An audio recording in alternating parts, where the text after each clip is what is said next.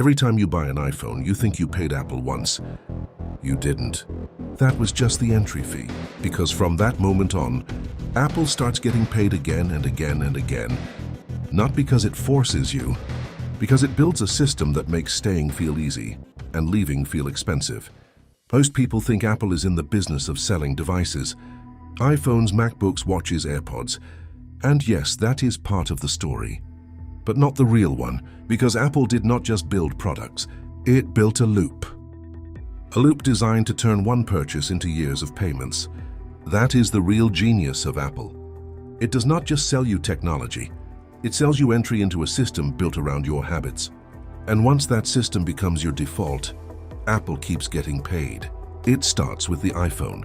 Sleek, fast, premium, smooth. Everything about it feels polished. Nothing feels random. Nothing feels messy. Everything just works. And that feeling matters. Because Apple is not only selling you a phone, it is selling you trust. Trust that the experience will be clean. Trust that it will feel premium. Trust that things will work without stress. That trust is incredibly valuable. Because once people trust a system, they stop rethinking it.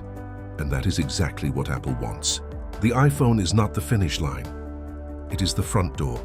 It is the product that gets Apple into your pocket, your routines, your attention, and eventually your entire digital life. Then the second purchase happens. Maybe it is AirPods. They connect instantly. No setup, no friction, no effort. Then maybe an Apple Watch. It unlocks your phone, tracks your body, sits on your wrist every day. Then maybe a MacBook, and suddenly your messages are already there. Your photos are already there. Your files are already there. Your passwords are already there. Everything flows. And this is the part that makes Apple dangerous, because the trap does not feel like a trap. It feels convenient. It feels premium. It feels like your life got easier. And once convenience becomes a habit, people protect it. That is when you stop thinking of Apple as a brand you buy from and start living inside it. Now leaving is still possible, but it no longer feels simple. It feels annoying, painful, unnecessary.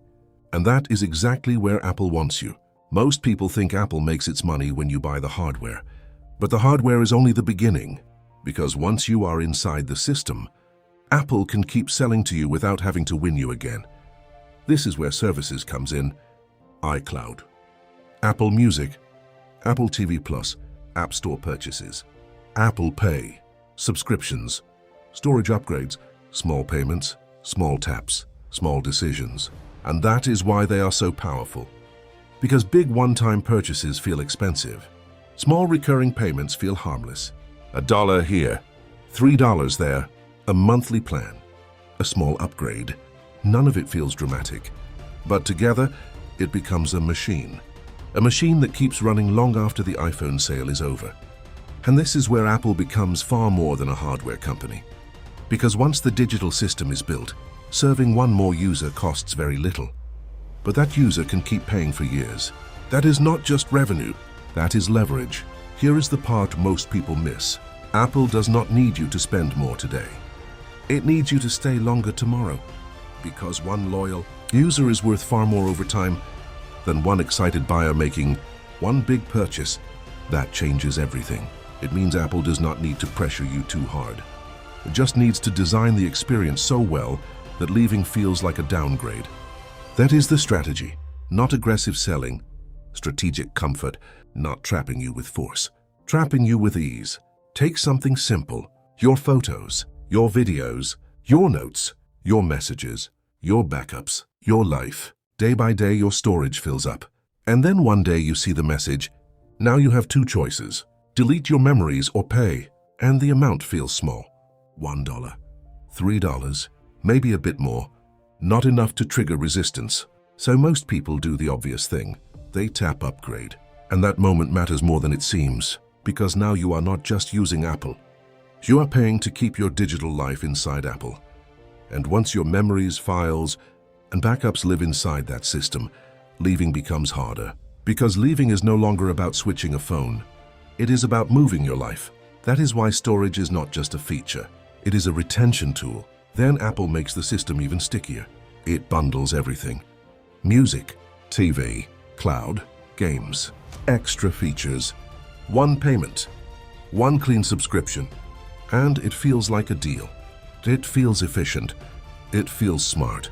But this is where psychology takes over, because when everything is bundled together, you stop evaluating each service on its own. You stop asking, do I still need this? Now canceling feels like losing value. And that is the genius of bundles. They reduce friction on the way in and increase friction on the way out. So even when people stop using everything, they often keep paying anyway. Not because they were tricked, because the system was designed to feel too convenient to interrupt. Then there is the App Store, one of the smartest pieces of the machine. Millions of apps, massive global demand. Developers build the products, users buy the products, and Apple sits in the middle. It owns the gate. Every time money moves inside that system, Apple takes a cut. You may not feel it directly. Developers feel it first, but you are still part of the machine that makes it valuable. And at Apple's scale, that cut becomes enormous. This is why regulators and governments keep paying attention. Because this is not just a digital store. It is infrastructure. It is control over an entire economic layer inside the iPhone world. And when you own the platform, you do not just sell products. You collect tolls. And just when the system settles, the cycle begins again. A new iPhone appears. Better camera, slightly faster, a little cleaner, a little better battery, a little more polished. Not always revolutionary, just enough. Just enough to make your current device feel one step older. And Apple makes the decision easy. Trade in your old phone, pay the difference, stay inside the system. So the loop restarts.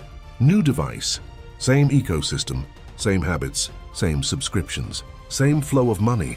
Again, and again, and again. This is not random. This is a loop. Designed, refined, perfected.